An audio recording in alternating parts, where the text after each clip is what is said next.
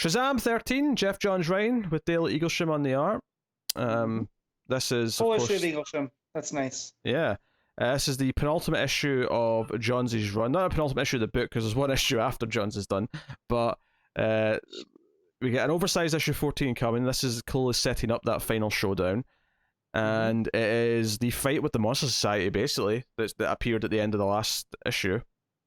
So nice that there wasn't nothing too complicated that needed to be remembered. I think is probably a good thing here, because it's been so long since that issue. I picked right back up on it.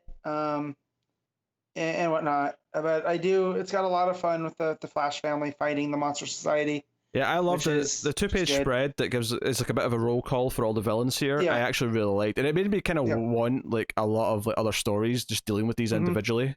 I think that'd be a lot of fun, but obviously we're not getting that, so we just have to go. So the whole thing here, so Mr. Mind's taken over Billy's dad, so he's now evil. I do like that the big barbarian villains like leave the women to me, and then the creepy little like from the Funlands, Mr. Merry-Go-Round. Yes, I would like the youngest to play with. That's what I was promised. I'm like that is dark and creepy. Well, and I love that Mary's like, all right, I've heard enough. We're taking these fools out. So. Yeah, it's very cathartic. She basically bitch slaps the big thug who was like, leave the women to me, and she like just smacks him in the face. So a lot of good action here, a lot of good art with this action. It was a very quick read because of a lot of it was that. But the harsh part for Billy here is Billy is like, okay, so you did this to my dad. I'm going to try and get him back. And Mr. Main's like, look, we had to track down your dad. He wasn't looking for you. It wasn't that we took over him after he arrived here. He only came here because we made him come here.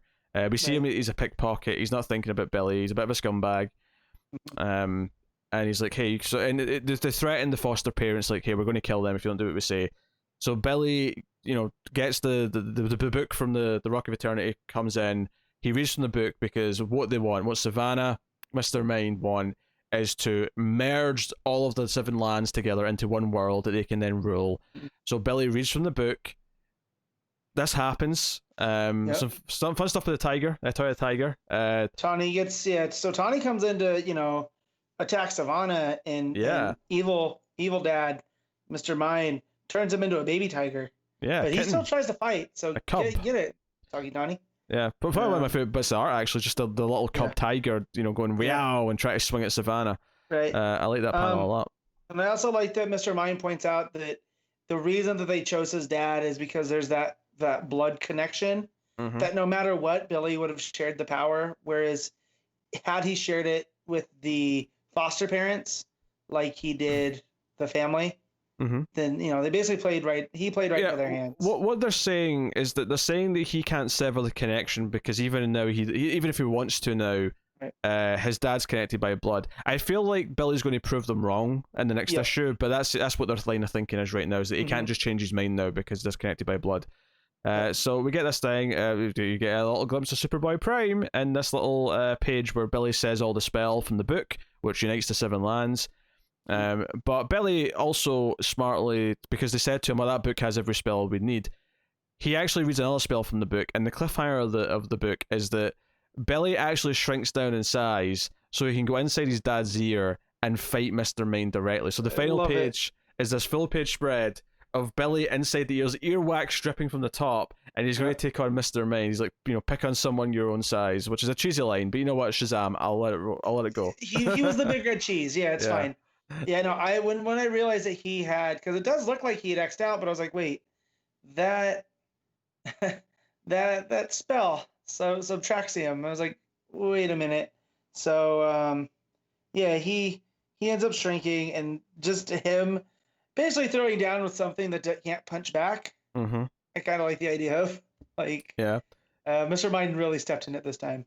So I love the idea that Mr. Mind doesn't usually have to deal with something his own size just punching him. Like he's just not used to the fist fight, right? So I'm kind of into it. I actually really enjoyed this issue.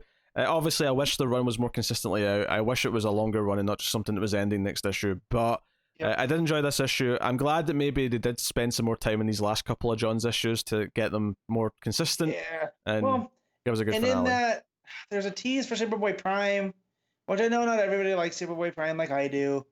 but there's a tease for that here, and it's just gonna make me wonder what if, Mm-hmm. what was the plan going forward? Maybe someone else will pick that up and go forward. He's in one of the metal So one shots, I think. So I mean, we'll see. yeah, so maybe that's just there Yeah. for that. I don't know, but yeah, I just like the idea of Superboy Prime versus Billy. Like that's such a. I don't think we've ever gotten that before, right? Because Shazam was around during Infinite Crisis, but not in the way that we know. I don't So remember Shazam yeah, versus so Superboy Prime, I but just I like that dichotomy there. it's definitely been a while though. Mhm. But no, I love the final Anyways. page. The final page is great. And the Yeah. action's fun. It was a quick read. It's kind of a chapter in this book that I wish was more this consistently and more of this for longer. But hey, we'll take what we Mhm. can get. At least it's maybe going to go out in a solid pair of issues, and we can I mean, hopefully, I'm hoping that once this is all together, the art inconsistencies might be the one thing that hinders it. But I'm hoping that once it's like a couple of trades or one big trade, that it's a nice story, a nice sequel to his New 52 Shazam origin book, because it very much is. It feels like a continuation of that. So at the very least, it feels like there's if you consider it all one run, then okay, at least it has like I don't know 20 issues worth all in or something like that. So we'll Yeah, see. I just remember how it was when the first issue came out, and we had that backup with Mary and the bunny, and just how it was so hopeful. Yeah, it And we're like, was. "Yay, Shazam! This is gonna be fun." And then it kind of it's gone the way of the John books right now, outside of Doomsday Clock. Yeah. We're just kind of diminishing returns, but At least 3 Jokers is all done though. It's only 3 issues, so yeah. hopefully that doesn't feel like it suffers from these problems. So no, I like this. What are you giving this issue, Matt?